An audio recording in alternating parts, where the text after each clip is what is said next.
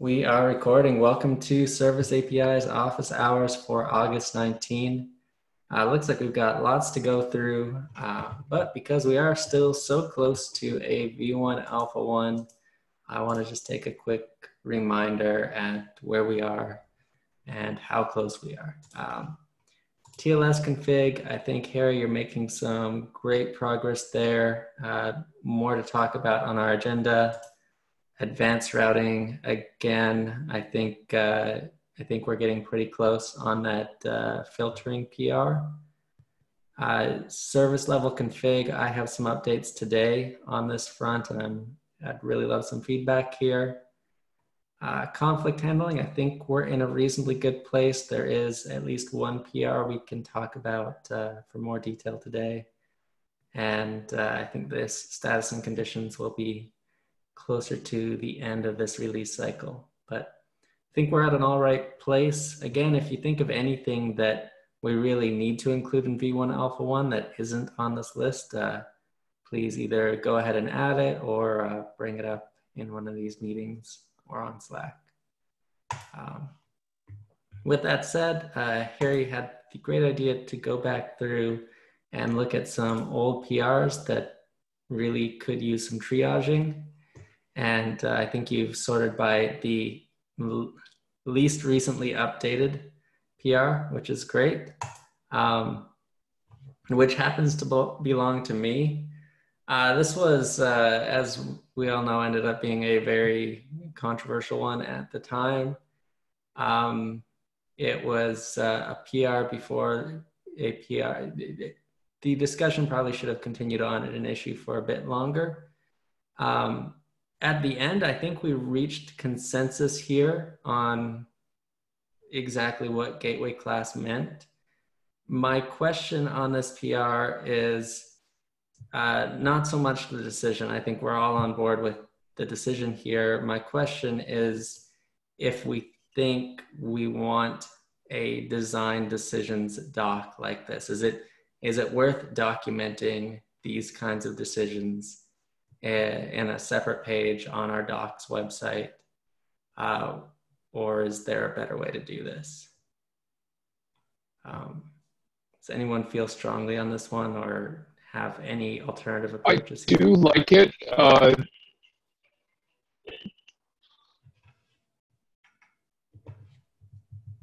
I do like the idea. PRing it might be a little bit hard. Yeah, a second. Sorry, Bowie. My audio is crazy, not yours. And 1 second. I couldn't hear what you were saying. Yeah, Bowie, you're roboting pretty bad.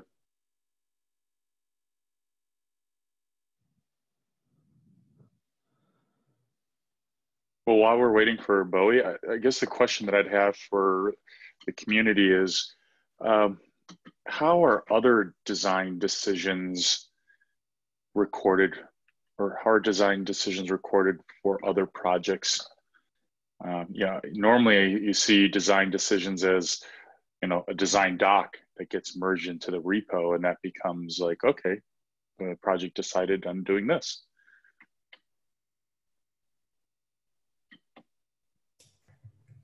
And just to, yeah, I think that's a good idea. Would that be a single overarching design doc with just, more broad principles than this, or would it be a design doc per topic? Yeah, per topic, right? Okay. So we'd have something like, a docs design directory in the repo, and then we would be able to see, I think it's, it's like similar to enhancements, or do we ask for, I think if we go to the Kubernetes enhancements repository, do we just ask for a directory from there? And then everything in our directory becomes our design decisions? I got it. So every concept would be a cap type thing in that case, and you'd have this kind of documentation around it.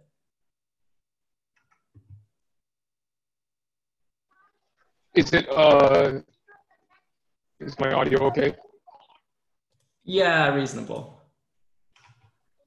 Okay, like it's kind of hard at this point. I think for V1 Alpha 1, we should write up all the stuff that has happened and then put it as like a permanent record, maybe as a cap.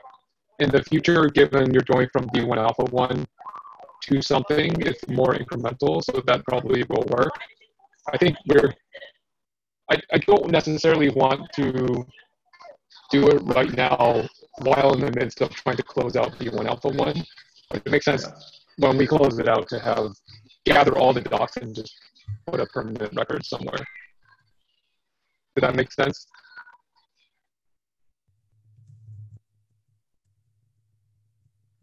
Yeah, I think so. Because then we have to that back populate it while at the same time we're trying to go forward. I think we have PRs and issues that are tagged, right?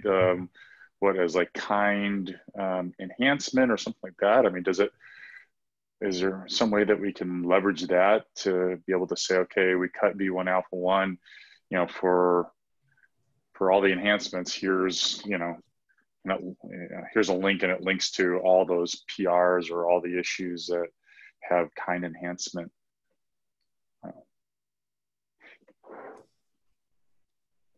And so you could see the discussion around each enhancement, basically. Right, it's almost like a change log, right? But yeah, what change logs typically have every single PR, right? Yeah. Where if we wanted to say, hey, here's basically, you know, to me, any type of design change or anything like that, I thought it would be tagged as like a kind feature, something like that. You know, the manual way, and I'm not saying that what Bowie's suggesting is not, you know, not the right way of doing it or anything like that. I'm just trying to think of different ways that we could do it. I think part of my motivation for this back in the day, and this feels like forever ago now, was that it was hard for a newcomer to the project to understand why resources were the way they were. And I'm thinking that maybe this could be accomplished just with this specific example could be accomplished just with a much shorter note on gateway class itself in the reference docs, or not reference docs, and somewhere in docs that talks about gateway class, but it doesn't need a whole section to its own. Maybe that's a simpler approach for now. Isn't that part of the docs that are already created that explain gateway class? And or are you asking for not only the explanation of what it is, but how we came about? Yeah, I guess that's true. That this is more a story of why we made the decisions this is more of an origin, more of a okay. And which I think is good. And maybe we just update the gateway class documentation to say, you know, if you're interested in kind of the history of how we came about with this decision, you know, here, you know, I don't know if there's a Google Doc or a particular issue that's kind of the best way for someone that wants to get that background. That makes sense. Okay. So maybe this is just, you know, update the gateway class docs with a link to, I don't know offhand if it's a Google Doc or an issue that we have that would be the best kind of resource for providing that background. James, were you going to say something? Yeah, I was going to say that we also have the concepts doc, which is another place that you can provide the rationale for some of these things. Yeah. Yeah, I wrote in the chat, that's basically the concept doc. And also most of the commits in this repo would be the change log, hopefully. Yeah. I think where it gets trickier is documenting the things we chose not to do. like this as an example, where because you don't have the same kind of changelog for that. But I think we've got great feedback so far of we can reference this elsewhere. And this is, I think, probably not the most important thing to cover today. So I will make a note to follow up with this one. But for now, I think it's fine to close it unless there's any argument with that. Cool. The next one that is relatively old is the HTTP route. Wow, we've gotten through a lot of, this is not that old. This is your route filter implementation, Harry. Is this really the oldest PR we have? I think that filter is not working correctly. Can you enter again? Yes, yes, yeah. I was going to say I should have some pretty old dated ones. Okay, cool. I did close this, right?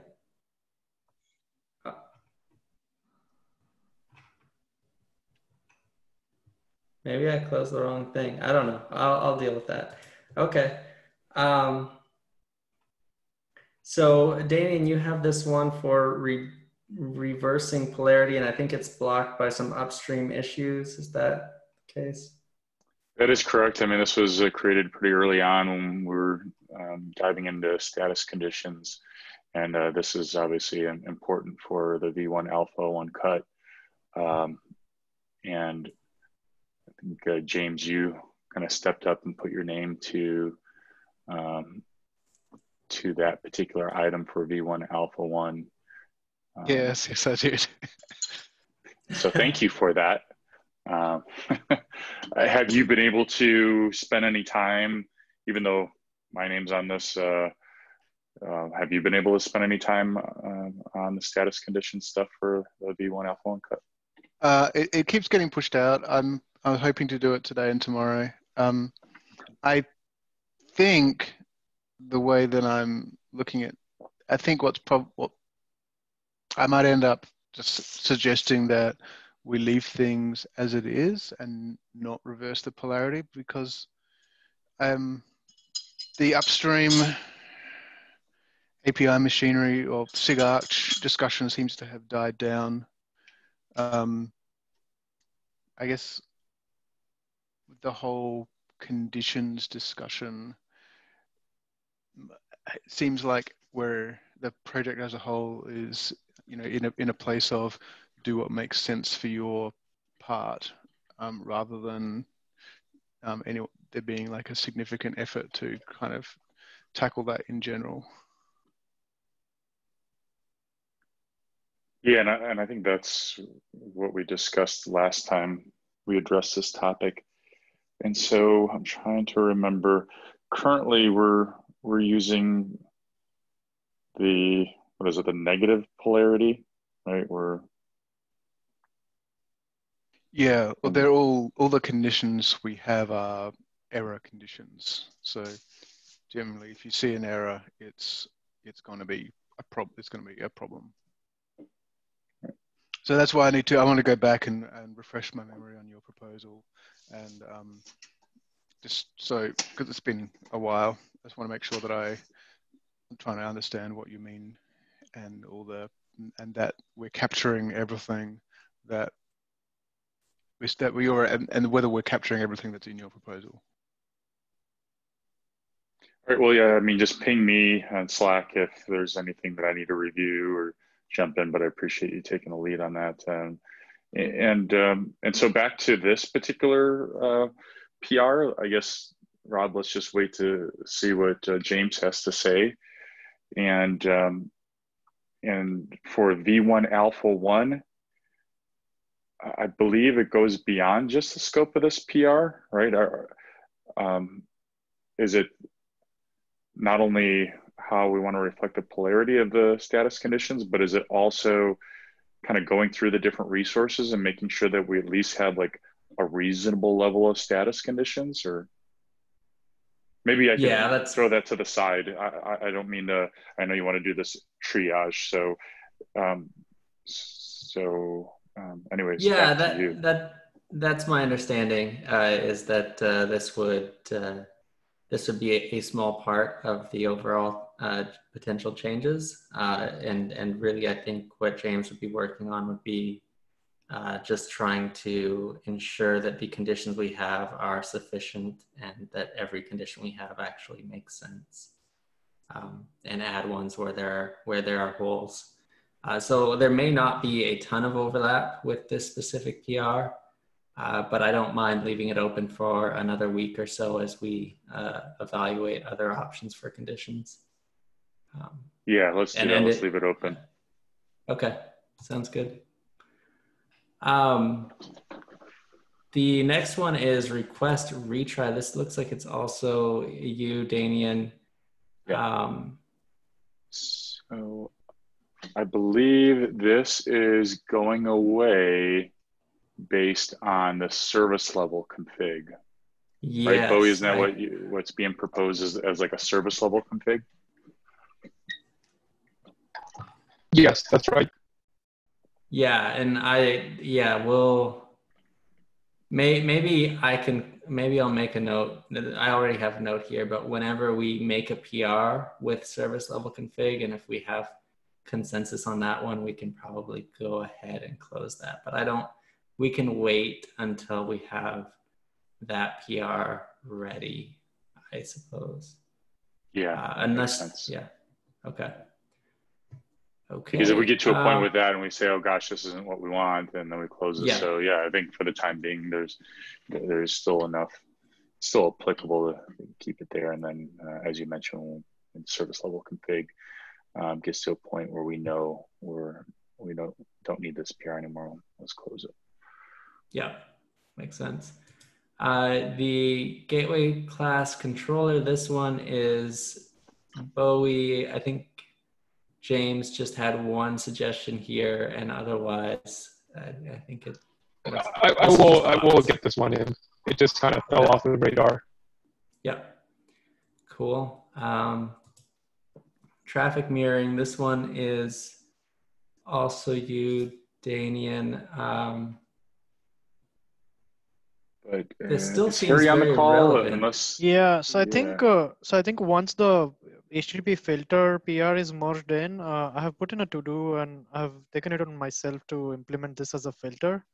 I think that's what consensus was the last time we talked about traffic mirroring. Okay, that makes sense. Yeah. Do we have a note here? Okay. I can make sure that I reference this PR and ask. Okay. Once that PR is closed, and I'll take care of this one. Right. Thanks, Harry. Thanks. Gateway status information. I had left a review on this one. I know. Is Micaiah on? He's not on this call. He's not. I'll leave. Yeah. I'll leave this one around, but I think it's back and alive and reasonable in my mind. So I think this may no longer be stale. Hey Rob, since you're there, can you just copy and paste that PR in the chat window, and I'm gonna forward that over to Micaiah. Yeah, absolutely. Get his attention on that. Perfect. And I'm sorry, where is it at? Is it basically, does it need to get rebased, or just basically address review comments? Yeah, I think there's just a couple review comments I had. This feels pretty non-controversial to me. This is a very reasonable concept, I think. My biggest question, and this is for anyone who's planning on implementing a controller, so I copied Yi, Harry, James, whoever else. If this is going to be an undue burden on your implementation to try and keep all these routes up to date with which gateway is currently processing them. It seems like it would be great for user experience. I'm just not sure how painful it would be to actually implement. And to clarify, this is the idea of setting on a route which gateway or gateways are currently processing that route or connected to that route.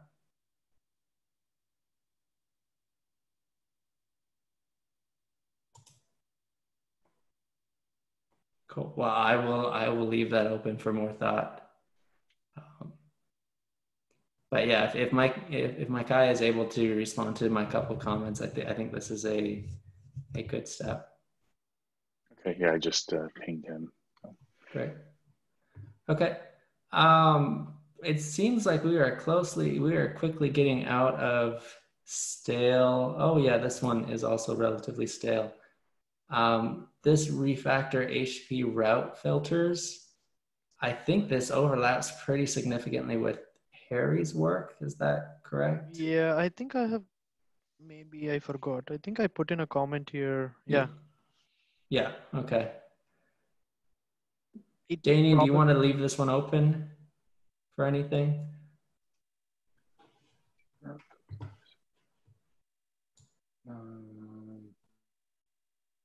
No, I don't think so. I think most of these things are covered. So.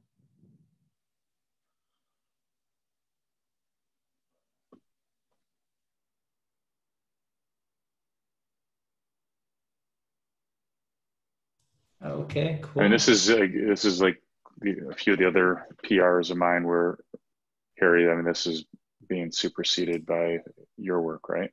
Yes, correct. That's 249. Yeah. Yeah. Okay. Cool. All right, we got it. So it includes everything. I checked once to make sure that nothing is left out in that PR. So. Yeah. Cool. Close away. Great. Thanks. Okay. I think the next one is UDP route. I don't see Jeremy on this this call. I'll ping him after this meeting just to check in. And the rest, I think, are all quite current. So I'll come back to these additional PRs. So just briefly, I wanted to.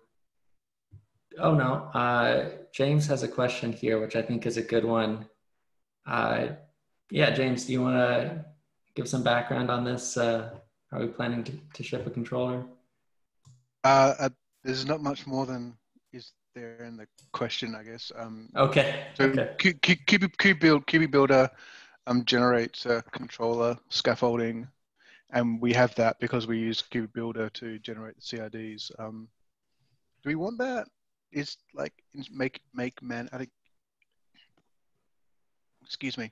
There's a make manager target which makes a controller which does nothing. Is that useful? Are we planning to do things with that, or should we just nuke it as cruft?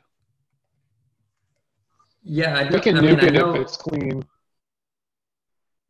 Yeah, I know we have no plans on having a core implementation, but I know the one thing that the one area this came up is one of my PRs where it could potentially be helpful to have a shared controller code, logic, something like that, that was responsible for marking gateways that had tried to use a gateway class in an invalid namespace, in a namespace that was not allowed.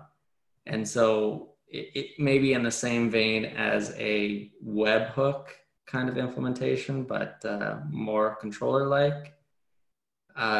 With that said, that is very much a secondary potential add-on that I don't even know that we want to commit to. So maybe just to avoid confusion, we should remove any code here to avoid the appearance of this being a controller project, because I know that is not our primary intention here. We want to be an API and potentially validation for that API. I think there was a couple of times where we thought, oh, we could do some sort of controller which would handle some cases for everybody. There's the time you mentioned, Rob, and I feel quite sure that there are some other times that I just can't bring them to mind at the moment.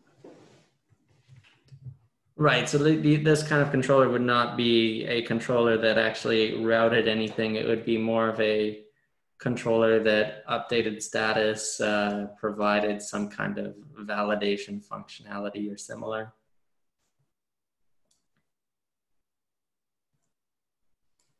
The question in my mind is, does QBuilder allow you to not generate that stuff?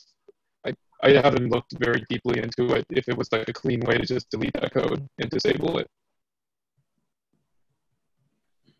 I think you can just nuke it. Normally, every time I've ever used QBuilder, I generated the scaffolding once and then did everything by hand after that because I moved everything around. Yeah. So I've never had ongoing usage of QBuilder. Yeah, I'm fine with that if someone can send a PR. Yeah, I agree. It doesn't seem to provide any value, and if we do add it in the future, it will look different than this generated scaffolding anyway. So, yeah, I'm fine with that. Yeah, it reminds me of those, like Windows 3.1 RAD development tool generated code. So I'm all for deleting it. Cool. Okay. We'll move on quickly here to service level config follow-up. And this one is, I had tried to add some basic proposal here as a very rough starting point. So there were a bunch of proposals below. I think they were all valuable, but I wanted to just throw one on top so we could focus on one and critique it. And really there are a few different components here to this proposal, summary, whatever we want to call it. One of the big questions we want to answer is which of these things belong in V1 Alpha 1 and which of them belong later? There's a lot of different things we could potentially cover in this kind of resource or resources. Have I suggested the right ones for V1 Alpha 1 versus later? I don't think it's practical to try and get every bit of this into V1 Alpha 1. But just, what makes sense here. The other thing is we want this to be tied to service, but potentially more than just service. We want, so with all the work that Jeremy and others have been doing on multi-cluster services, it seems like it may be helpful to not just be able to reference a service, but maybe a service import. And maybe, our routes can reference things that aren't services. So maybe there is some other kind of resource we haven't thought of yet that we would want a backend policy like this to apply to. So all that said, this is a very rough proposal. Some of the proposals below had split this kind of config out into several different resources. For the sake of this proposal, I have a single resource that contains all the things. Right now, I've scoped that to TLS config, retry config, and timeout config. Those seem like a really common set of config that most implementations are going to want to have an answer to. And this isn't even Go types. This is just a YAML example. So this is very early in the process and very rough. But let's say we call this service backend policy. It can target a service. And so this is this is not something like I loved initially. I really liked any of the other alternatives that could ensure we wouldn't have any conflicts. The kind of one-to-one mapping where you know that whatever this policy is going to be unique to a service. The advantage with an approach like this is it makes it easier to target resources that aren't service. And I thought the multi-cluster use case was compelling, and also the idea that this could apply to other service-like resources in the future. I've added support for timeout configuration here, separating a connection timeout and a request timeout, and then retries, max number of retries, and the status codes retries should be attempted for. And then TLS config would just be involve, the same TLS config from elsewhere in our service APIs types. And I don't think the multiple certificate references really make sense here. I was just thinking it could be helpful to use the same consistent TLS config type. But maybe I need to rethink this entirely as far as how we would connect from gateway to backend. But this is what this TLS config is dictating, the connection from gateway to backend. So there is a whole lot here. Looks like I left a sentence off here. I'll get to that in a little bit. So I think where I want to start as far as discussion here is right. I guess we'll start at the top here. Does this seem like a reasonable set of functionality to include in V1 Alpha 1? And if not, are there things that we should be adding or removing from it?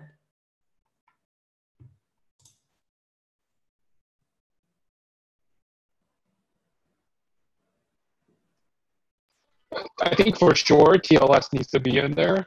The other ones, probably, even if one of them make it, it's a good thing to demonstrate to people how to use it.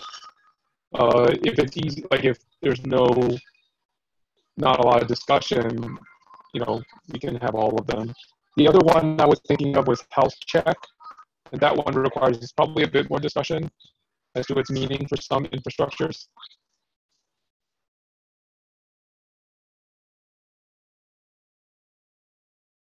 Yeah, you're completely right. I know I'd seen health checks and thought about them, but I had not written them down here yet. But that's a great one. I tried. This is not always the case for the ones below here, but I tried to prioritize ones that would be relatively non-controversial. TLS will be controversial, but at least it is something that most everyone wants, and we need an answer to.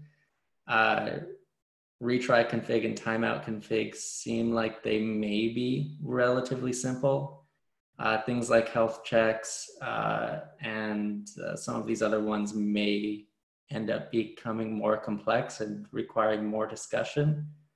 I could be wrong on that though. This is just an initial shot at this.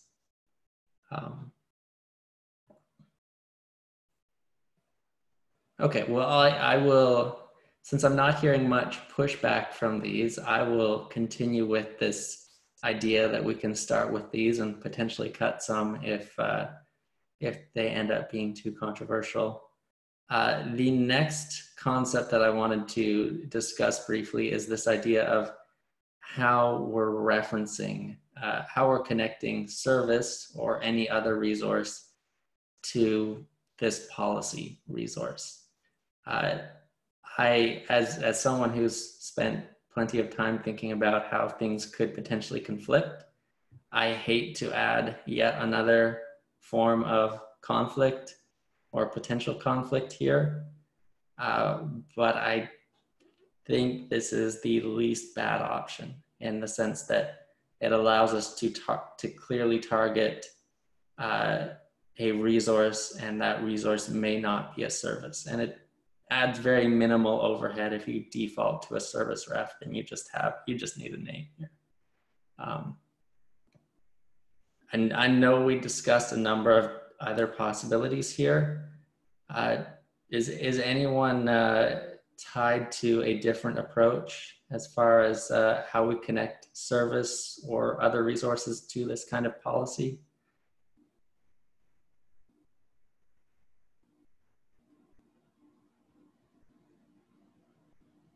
Well, cool. I am taking silence as indicating that everything is perfect, which I like.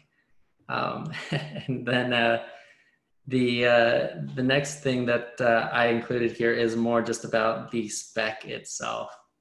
I think timeouts to me seems relatively straightforward. I know there had been some mentions of differentiating between read-write timeout, but it seems like not many implementations support that differentiation. So I settled on just a plain request timeout here. Max retries seems to be a very broadly supported concept. I'm not as sure about the status code configuration. And yeah, TLS config is also a point of interest. With all this said, if I were to translate this into a PR, would that be reasonable, or are there things that just feel, you know, not to say that this is perfect, but is this close enough to what people are looking for or imagining here? Should I try and cut things out because they may be a little controversial? All right. Okay, cool. There's already timeouts elsewhere, Damien. I think the Yeah, this is a attributes are PR pretty that we. instantly good. I'm sorry, go ahead, James. After you. Okay, thanks. Yeah, I just wanted to make sure that we cross-reference that PR. You know, there did put some time into some of the timeouts. So take a look there, and not saying that we have to implement all these or any of them, but just gives you a good reference. Oh, perfect. Okay. Yeah, I will cross-reference this. That's helpful.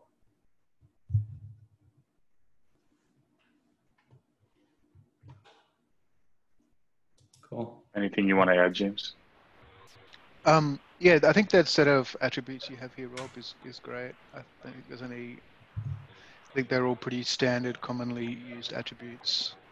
I suspect the feedback we might get is that around the too many CRDs angle, but we definitely should try it for the V1 and get that feedback from people. Yeah, I agree with that. Even with, we are already potentially running into that issue just because we have so many different types of routes, even if users may only end up interacting with a single route type. It is more CRDs, more resource types in their cluster. My hope is that with something like this backend policy, this is more of an advanced configuration and not something that the more simple use cases will require. So our simple use case still really is gateway and route. And this is more of a additional configuration if you want it.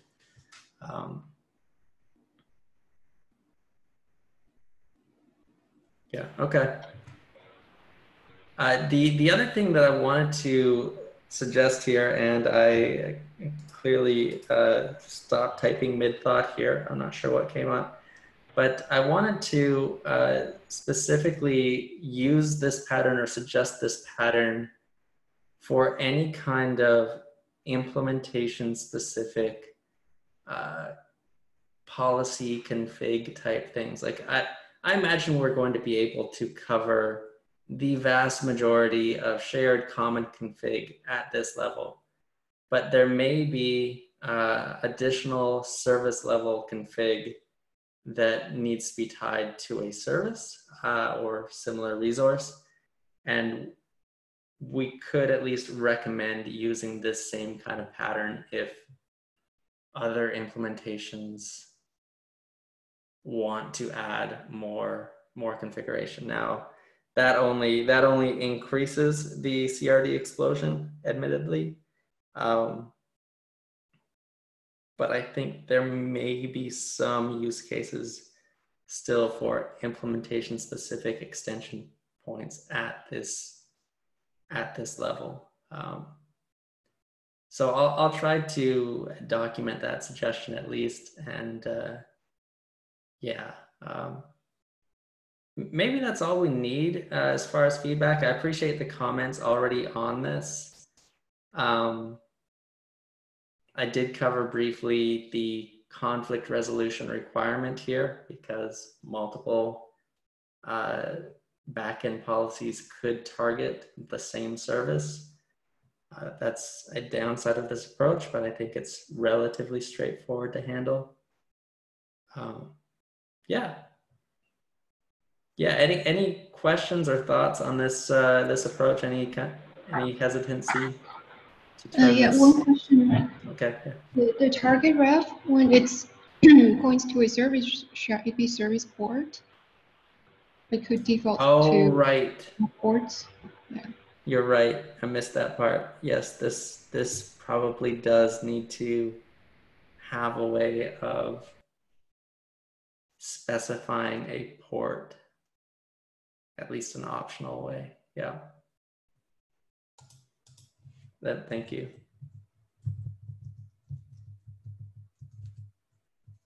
Cool. I will follow up with this one.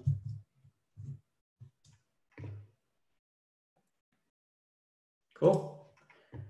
Okay, so well, let me skip down to the last one real quick. Just as a heads up, we have new maintainers joining, and in terms of Harry and James, just need to get an approval from, I think, a SIG lead, so Casey in this case.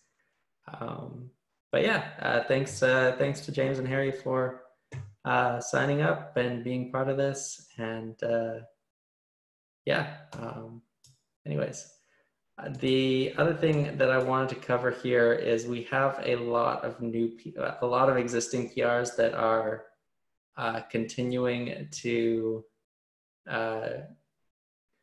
basically iterate on. I don't think a lot of them that I would like to talk about are actually made by Harry. So I'll leave those for tomorrow. But one that I'm quite familiar with, and I think would be good to have a in-person discussion around, would be the auth fields, which I think is the one I closed. Cool. That was very cool of me. I closed my other PR. Okay. So we had a really good discussion on this proposal of how gateway class auth fields should be interpreted. I was proposing, and just we'll go to the diff because the diff is relatively small. This proposes that allow gateway namespace selector is not something that controllers need to care about anymore. Instead, it would be handled by webhook validation and webhook validation exclusively. The rationale for this is that it would be very, very disruptive if a controller had to invalidate a large number of gateways because this field changed. Because, you know, with routes, you invalidate routes and then you bring them back and it's a relatively smooth process. With gateways, you may have to, you may get rid of an IP that you can't get back. You know, you may, you know, there are significantly large potential ways this can break, and it would be harder to recover from. Whereas routes changing is pretty quick to recover from, I think, for most implementations. So that was the motivation for moving this from something that changes immediately and retroactively to something that only applies to new gateways as they're created. So this becomes more of a validation concept here. And Harry and James have both had great feedback here, and I'll jump down to the bottom. I think that Harry's suggestion here is that yes, we should clarify this field would only be for validation. And then if that validation is able to be bypassed, the gateway should still work. The gateway and associated controller should work, should process it. And the last one is where we've had all our additional discussion, and that's if a condition on gateway is still relevant here. You know, is there any value in adding a condition on a gateway to indicate that this gateway is not in a allowed namespace? It's not where it should be.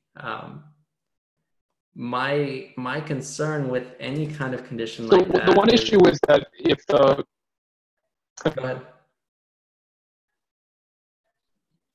Yeah, like the concern is that if the controller doesn't have permissions even to look at it, to set that status.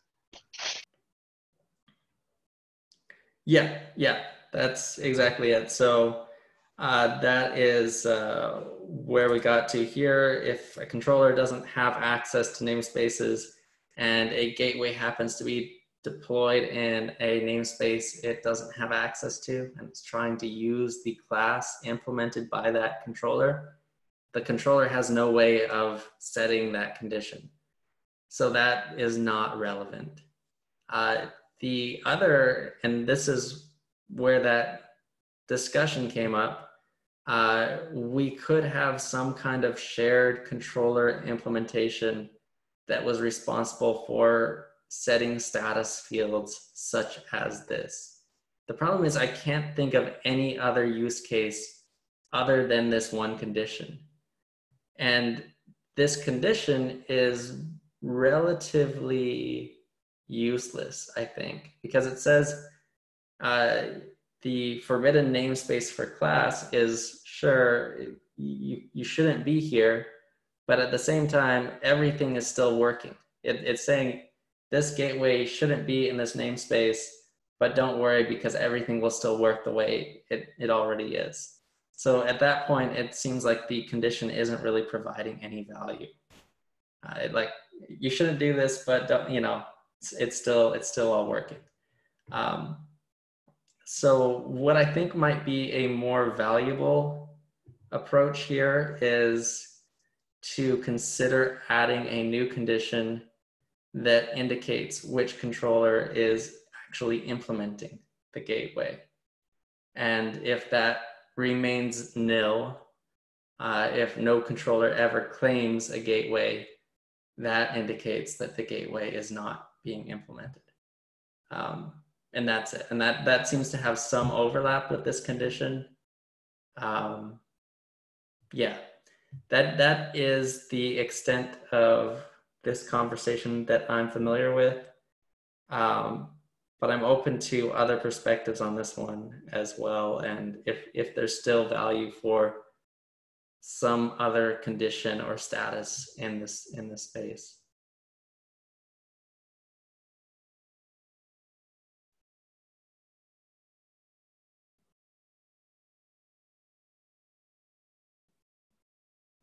Okay. Well, if anyone has time to be part of this discussion, that would be awesome. I will unclose this PR and close the correct one after this meeting. I think that's about all we have to cover today. every other open PR that I would cover is, oh, actually, James, we haven't gone through this one yet. Are you blocked on anything from as far as review on this No, one? I think that you had a few comments which I'll plan to address today, hopefully. Okay. I think we talked about it generally last time, and it seemed like there was favorable consensus. Yeah. Oh, I was just while you're here, this change in ordering in the make file was that just because things were broken for you before? There's actually, yeah, there's two reasons. So you need to generate before you make proto, because the proto depends on the types. So you have to go, I think you have to go, basically you have to generate all the deep copies and everything before you can generate protobuf. Also, generating the protobuf is super slow. So yes. I was iterating on the API docs in this, and having to wait for the proto to generate was super annoying. But yeah, I can split that out into a separate PR.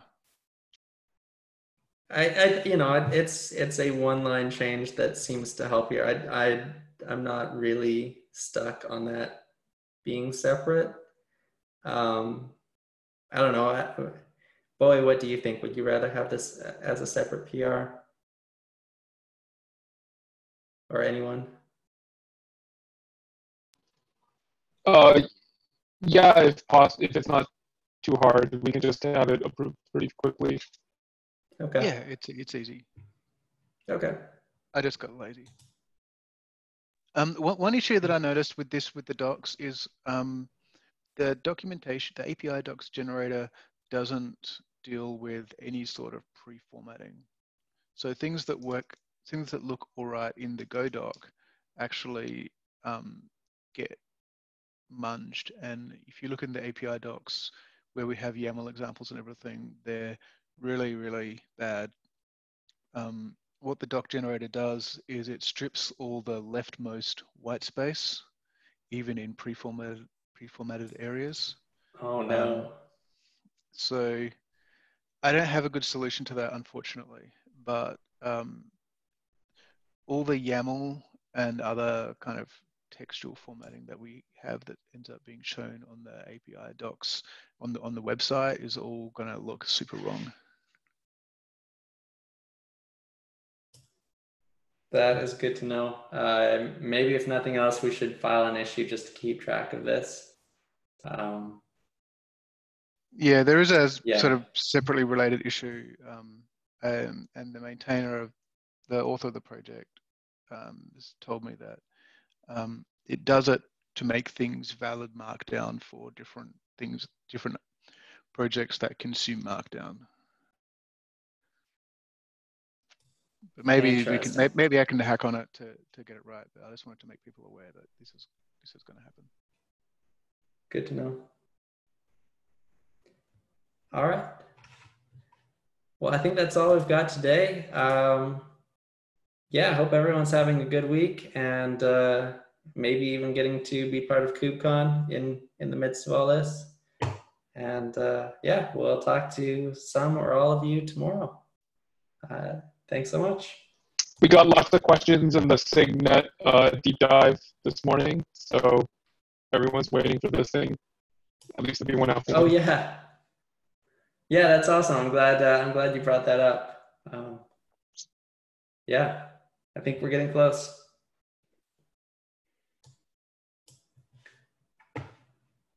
All right, talk to you later. All right, bye.